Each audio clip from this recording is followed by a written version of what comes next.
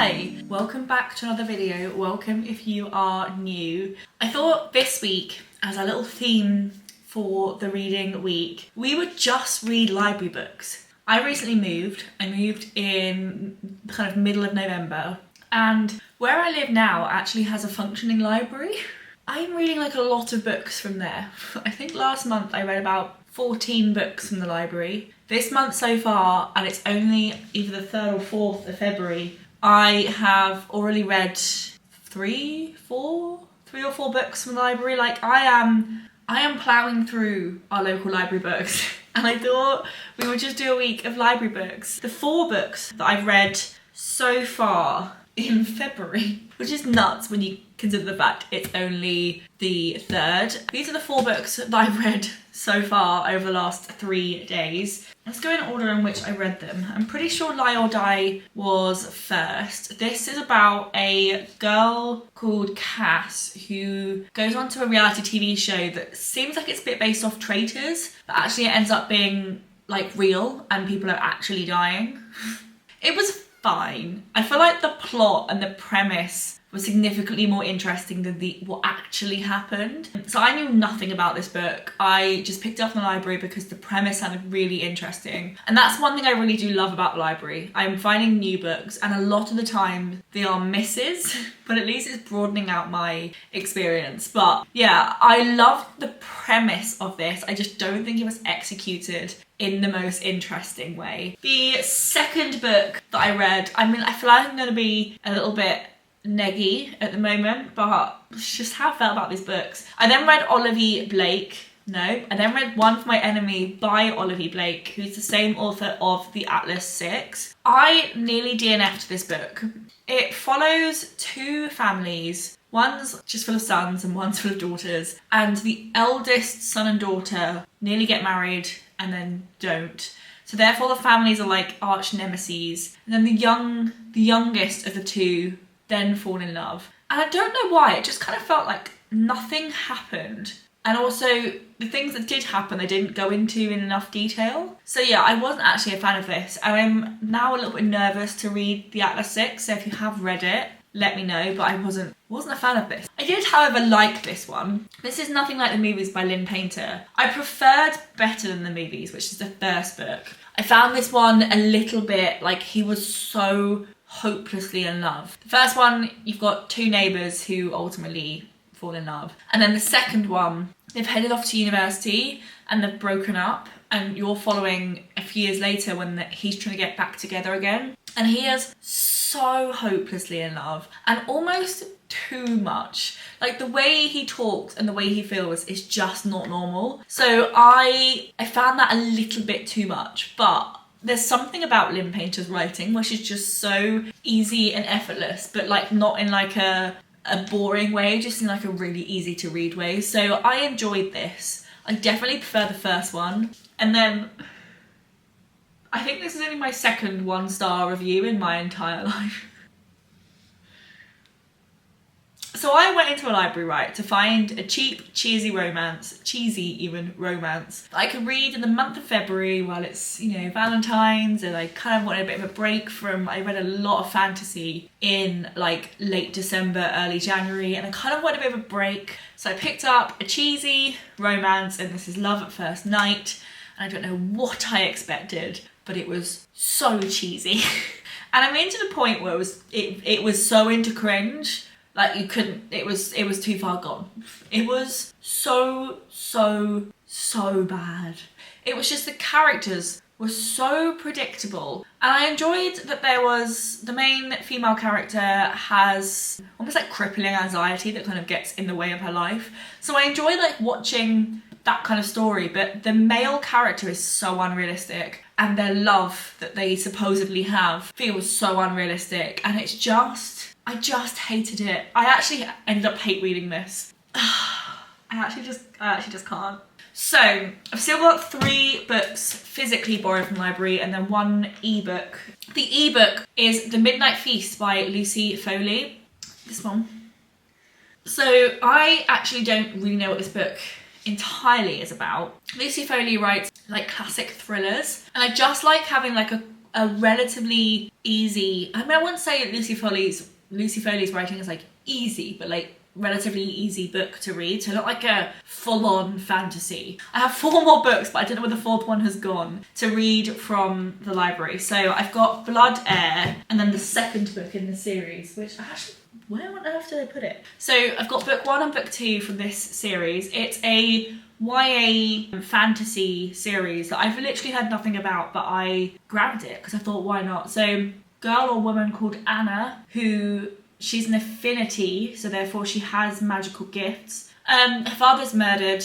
All evidence points to her. She wants to clear her name. There's only one person who can help her, a really good looking man, you know? And then I've got the Effort List by Melanie Cantor, which I just think sounds fun. This is about a woman who is 40.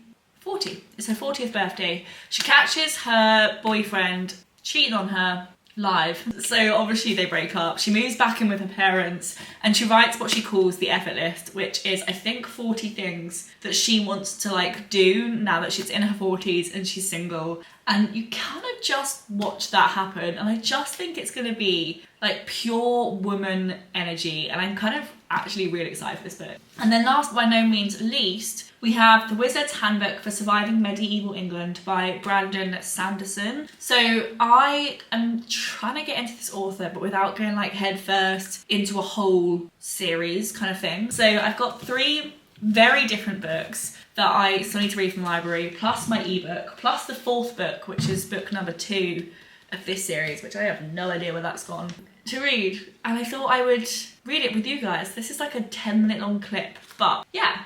This is where we are at. It's currently Monday lunchtime. I've just had my lunch. I've just finished Love at First Night and I'm so glad that book is done. I kind of just want to read something that's just, I know, not going to be the same. I think I'm going to read The Effort List by Melanie Cantor.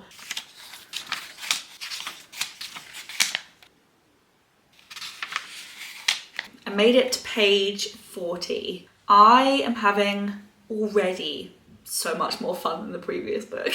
The writing style of this book is so short, snappy and to the point. Like the amount of sentences that are like 4 words long, and I actually just really enjoy just getting to the point. And it's actually quite funny. Like effectively she walks in on her long-term partner having sex with his publicist in a hedge at her 40th birthday. And then she moves home and her parents are very much of the belief of, you're 40, forgive him, he is wealthy, he's gonna give you kids, just get over it. And she's like, Mum, Dad, like what the hell? I'm just like, it's actually just such a change of pace. I've read, as you probably saw, a number of books that I felt so lukewarm about or hated that I'm just relieved to have found a book that I'm actually having a good time with. So yeah, I'm only 40 pages in. A lot's happened in those 40 pages, and I think it's because the writing is quite like quick and short. I've never read anything by Melanie Cantor before or heard anything about her, so new author, new everything, but so far so good. And I'm actually just having a good time.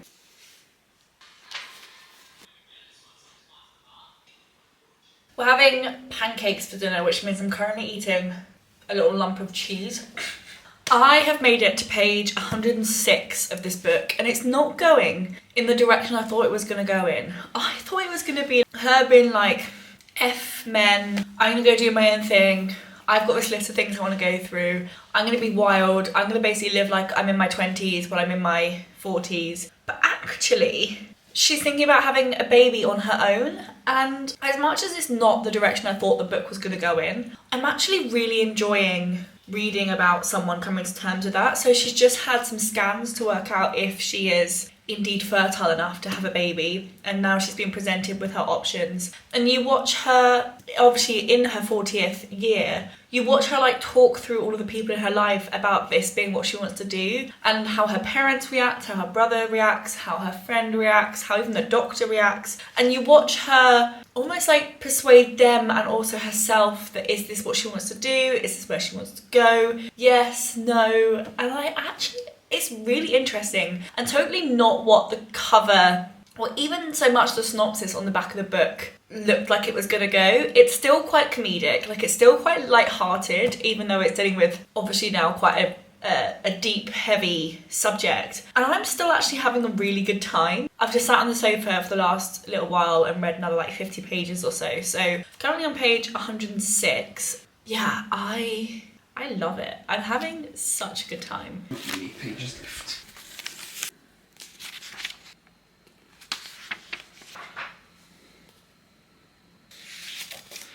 So I'm actually currently in a phone booth at work, and the lighting in here actually isn't too bad. I thought it'd be absolutely dreadful. But I was reading this book on the train on the way into work, and I've got to page 312, and the character is going through some like actually quite traumatic stuff. Like there's definitely trigger warnings involved in this book, especially if you've had issues around fertility or birth or anything like that in the past. But it is so well written. Like, it's dealing with quite a difficult topic, and it's dealing with, I believe, though I haven't been through it or really had anyone in my life who has, it feels quite sensitive, but there's enough lightheartedness around it that it doesn't feel too heavy. So yeah, I've reached this point. I'll probably finish it on the train on the way home.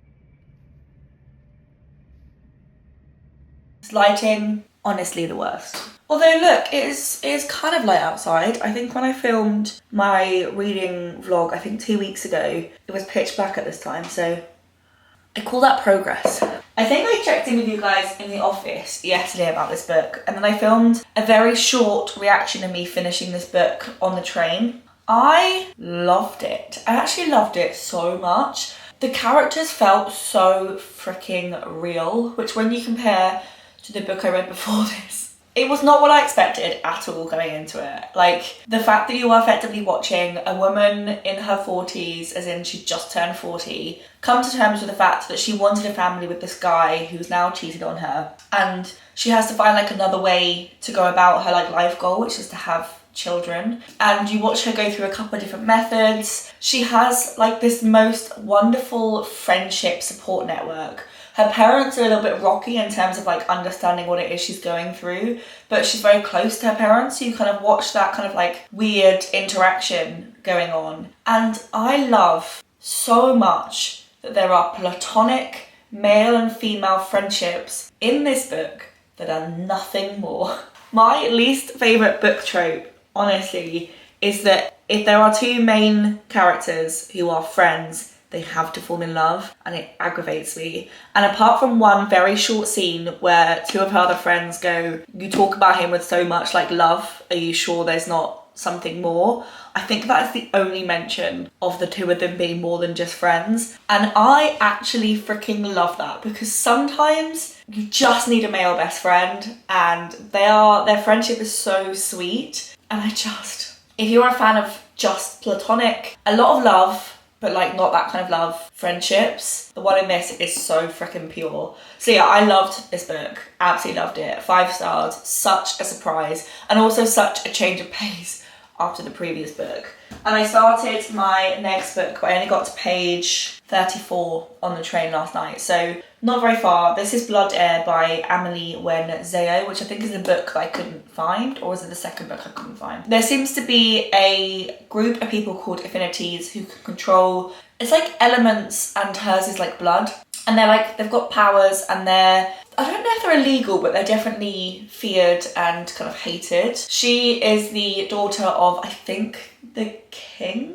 We haven't quite got to that bit yet. I think she's like in a position of power anyway. But she can control blood, which effectively means she can make someone's blood interact in their body in such a way where they're either in pain or whatever. So she can kind of make people do what she wants them to do. And at the moment, she's just like basically rescued someone out of a prison because he's going to help her find her father's murderer. And that's basically as far as I've got. I will likely check in with you guys when I get home. If you cannot tell, it is the next day, and it is so icy outside. Like, I think it's -2. I read a chunk of Blood Air last night or yesterday.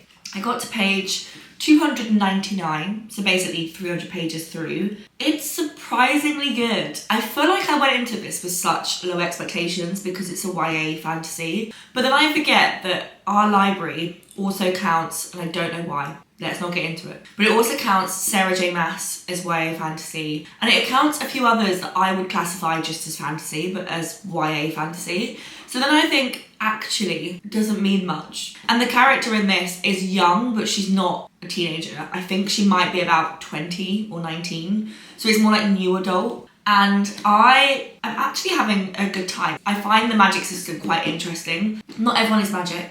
There are some magic people and they are called affinities. And they have different affinities to different things. Like some people control fire, some people control earth, some people control ice, some people control water, you know. And our main character is a blood wielder, which is one, quite rare, and two, quite powerful. She is or was the daughter of the king or emperor, some kind of man of power, and he dies because he was poisoned by a man, and she was accused of his murder. So her brother and friend basically convinced the world that she died, and she runs off to live her own life. Instead of just living her own life, she's obviously trying to get revenge against the man who killed her father. She goes to a prison to meet a man called Ramson, who she believes will help him find that person. And then the two of them basically go off on an adventure. And there's like a love, I feel like there's a love story, but it's so slow burn. Like, we are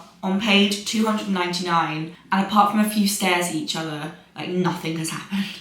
Like, he is feeling a bit softer with her in his life, and that's basically as far as the romance has gone. I don't know if it will become a full-blown romance. I don't know if it will stay kind of where it is, but if it does continue into a romance, that is the slowest slow-build romance I think I've ever read.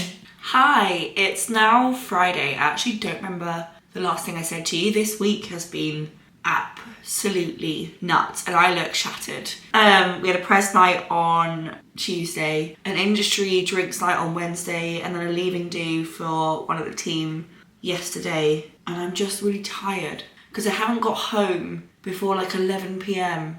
or maybe even midnight for like 3 days in a row, and I finished the first book in this, I think it's a trilogy. Surprisingly enjoying this series. Yeah, there's a third one called Crimson Rain. So this is book one, which I have now finished, called Blood Heir. Literally not heard anyone talk about this. It's called the Blood Heir trilogy. And I like how this book ended. I feel like it was quite rushed to end the book on a cliffhanger when there's like another book to come. It did feel like you were going on this journey and this journey felt so solid, and there was an obvious betrayal because that's what happens in pretty much all of these types of books. There was the betrayal moment, and then you were like, she's obviously now going to change her direction of where she wants to go, and then it just kind of escalated quite quickly. But I have enjoyed where it's now gone. So people now know she's alive, but she's still kind of on the run. So in this book, she's now trying to like create almost like a rebellion, but then the rebellion almost don't want to stand behind her because she is strictly speaking, next in line to the throne, and why they don't really want to stand behind what they've already had. It's quite a fun like political thing, but like told in like a non-political way. Yeah, I am so far really enjoying this series. The third book isn't in my library, so I'm gonna have to go online and see if it's in one of the other libraries and order it across. Very much enjoying. And then this morning or last night, I got my pre-order paperback of Phantasma. So I've got quite a lot of books on pre-order which have already come out, but the paperbacks haven't. And they're arriving over the next, I don't know, 2 or 3 months. And they just turn up at my door, and it's like a little present to myself that I bought like a month or 2 ago. I am so tired. Friday for us is a half day, so we finish at 3. I'm just not quite sure how I'm gonna get to 3. It's currently 9 o'clock, so I don't have to start for half an hour. But I'm just absolutely shattered, like emotionally, physically, socially tired.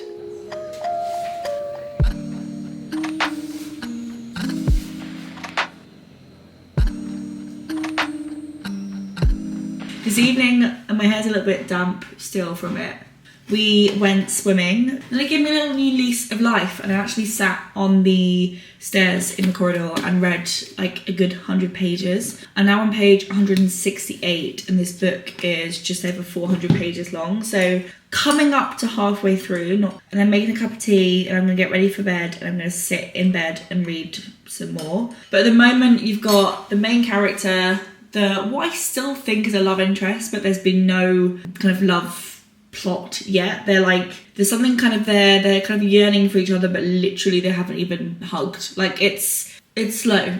But you've got the two main characters who are still going off about their thing, and now you've got another set of main characters who have kind of like merged with these two, and now the four of them are going about their thing, and I'm really, really loving it. That's all I can say without obviously ruining too much of the first book, because this is book number 2. But yeah, I'm gonna go sit upstairs, get ready for bed, keep reading some more. I have now finished this book and I need to read the third one. There are so many storylines in this book that are all like on a cliffhanger, and I can't really tell you what any of the cliffhangers are. It's not quite like, comparing it to Game of Thrones, obviously not fair. Game of Thrones is an absolute freaking masterpiece, but it's a similar vibe. There's effectively a wrestle for the throne from people that are actually eligible for it, people that aren't eligible for it, and then people that just want the throne and royalty to be completely abolished. And there's like there's 3 regions, but there's 2 major regions.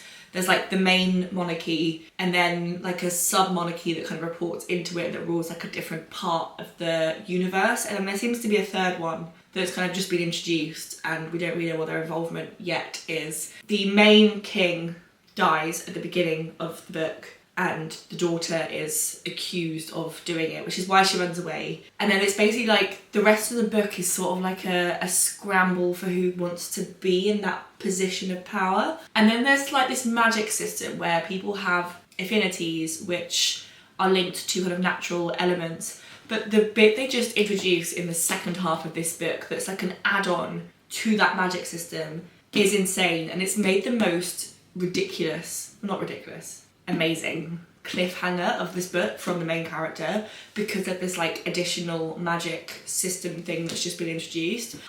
I love it. It's still to me a 4-star series. I wouldn't say it's quite tipped into 5. There are a bit of writing style things I'm not like the biggest fan of, but the plot itself, I'm having the best time. So I finished all the library books apart from 1 ebook on my phone and 1 book that's not due until the end of February. So all these books that I have read are due sometime next week. So I'm going to take them to the library today to return them. I don't know if I'm going to get any books out. I feel like I've got my entire February TBR to read, and it's now the middle of February. And all I've done is read library books for like the last like 3 weeks. So I think I might just return them, give them all back, and then not get any more out. It's currently 10:20. I've just spent the morning pretty much either asleep or in bed reading. I haven't really got up yet, so I'm gonna go downstairs, have a cup of tea, which I've already had 3 of.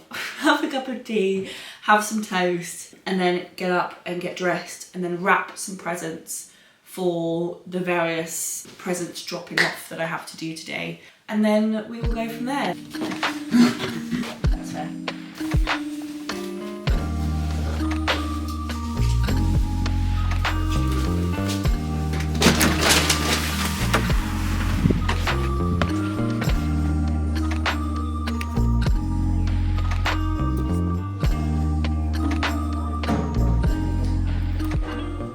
It is now Sunday. I don't think I've spoken to you guys since Friday. Yesterday I went to the library. I dropped off all of the books that I had read, and I only picked up 1 book. It's like all the way over there. Yeah, so I think I returned, like 7 books? And I still have this out. So this is The Frugal Wizard's Handbooks for Surviving Medieval England by Brandon Sanderson. So I still have this. And then I also got out, I don't know what genre this fits into, but it sounds spicy. This is Feast While You Can by Michaela Clement and Onjuli Datta. And it's in the horror genre. And I think it's like Two Twisted Crowns, that kind of duology, but like darker, sexier, and more horror. So like the monster that like basically resides in their mind. I think they're interested in them sexually. Honestly, I have no idea what this book is. I feel like I've picked up some kind of like weird erotica horror. But I returned all my books to the library. And then yesterday, I got about 15% of the way through an ebook. So I'm currently reading The Midnight Feast by Lucy Foley.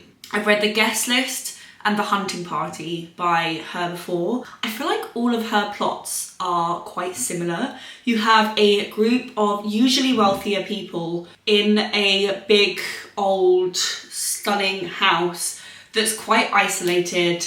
At the beginning of the book, someone usually not connected to the day-to-day plot discovers a dead body, and then you flash back to like the event where everyone's together. So yeah, I will keep reading that today on my train on the way into London, but it's just an ebook. My library has both ebooks and audiobooks, so sometimes I borrow them. I think I've got 5 days left to read that on my account, so I'll probably read that this weekend. But yeah, I'm gonna actually finish this video here. I hope you guys enjoyed spending the week with me reading library books, and I think after this, I'm gonna go read my physical TBR for a bit, because it's piling up, and I'm quite stressed. And if you did, give this video a thumbs up, click subscribe, leave a comment, let me know what your, like, not talked about, but book you like is, and I will see you guys in my next video. Bye!